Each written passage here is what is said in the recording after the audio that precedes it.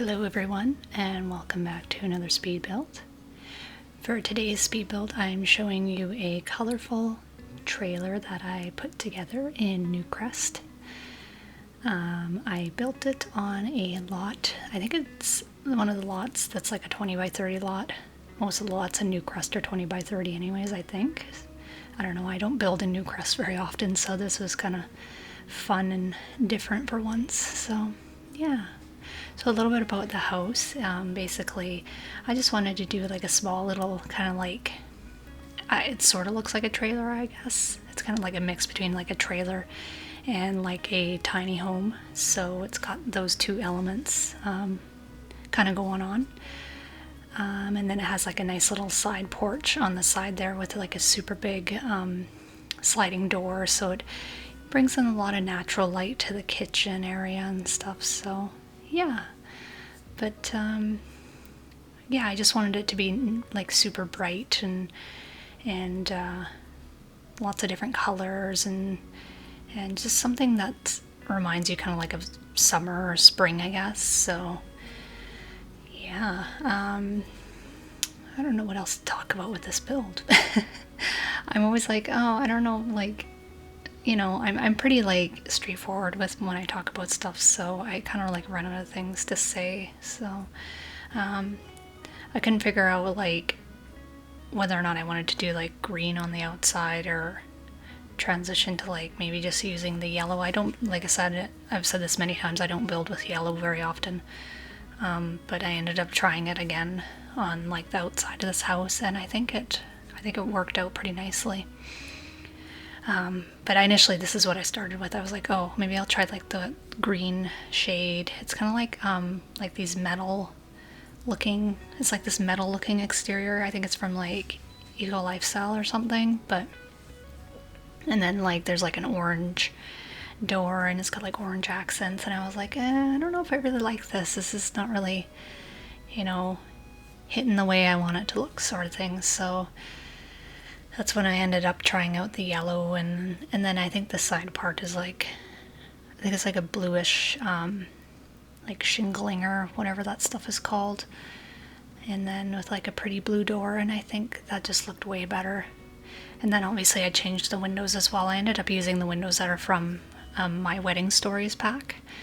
They're kind of like those Italianate kind of looking windows, but there's like some swatches in there that don't have like the wires on them, that just have like the basic paneling, which look kind of nice. So they're kind of neutral, so you can use them on any build, and they have the cute little shutters on the sides, and I think it just opened it up a lot more. And as you can see here in the kitchen, you can see like how the window looks and stuff. So but yeah, like the kitchen's like super bright, but it's simple. I like those cupboards and stuff from the decorating pack. I can't remember what the name of it was, but and then the lovely little stovetop cook thingy.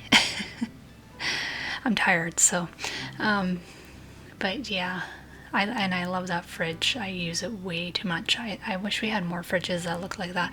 I love like how like round and kind of retro-y it looks. It's just too cute. A lot of the other ones are just very boxy looking. Like obviously fridges are supposed to be boxy looking because, well, they're fridges, they're boxes that you put stuff in to keep them cold. So but yeah, I like that fridge a lot, and I use it way too much. And I went for kind of like a neutral shade in the kitchen, so it's kind of like a peachy beigey kind of wall color with the white tiling. There's those little speckles in there, which I think is cute.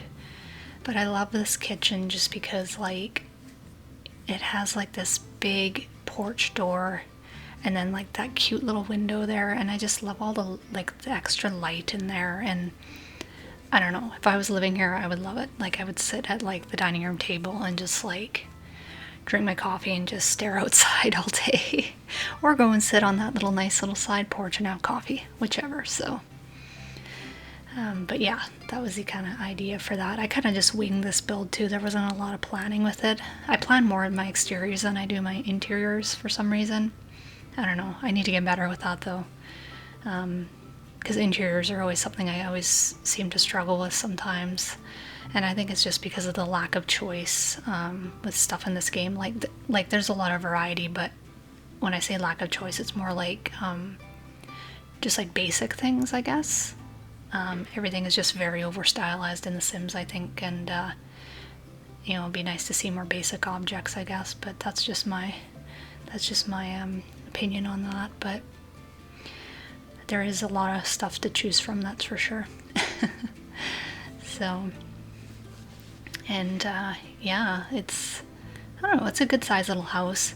And the cool thing about like the kitchen there is I realized, I'm like, oh crap, I didn't put a washer and dryer in, because obviously laundry is important. I seem to always forget it sometimes, but then again, not everybody has a laundry pack, so I guess it doesn't really matter. But I put like this little like side cubby that kind of comes off the kitchen, and the washer and dryer, like there's a stackable washer and dryer that kind of sits in there, and it's actually kind of cool. I think it works really well with the space. So I don't know if I recorded myself building it, but yeah. And then here's the living room and stuff, which is super bright but fun.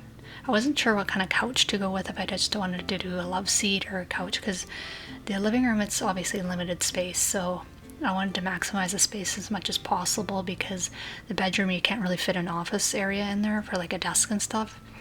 I think it's really important to always have a desk space at least, you know, because you can't always put a laptop on the dining room table, right? So Sims need their computers, don't we all? But yeah, so I ended up utilizing the living room space by like putting a desk behind the couch, because I only used a love seat instead. So it's a nice little office area that you can sit down and, you know, do any computer work or whatever behind there.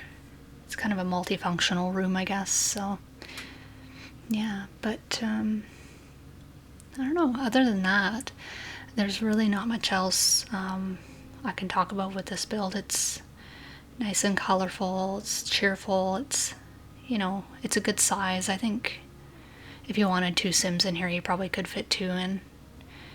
No kids, so I doubt. Maybe a pet, but oh, there is one other thing though I do want to mention. I did put a pool in the backyard, which is kind of nice. And the reason why I just wanted to mention it is just because I like never put pools in. So, well, I haven't done one in a while, so it was like kind of refreshing to do something new, because I don't know, my backyards, they get a little boring.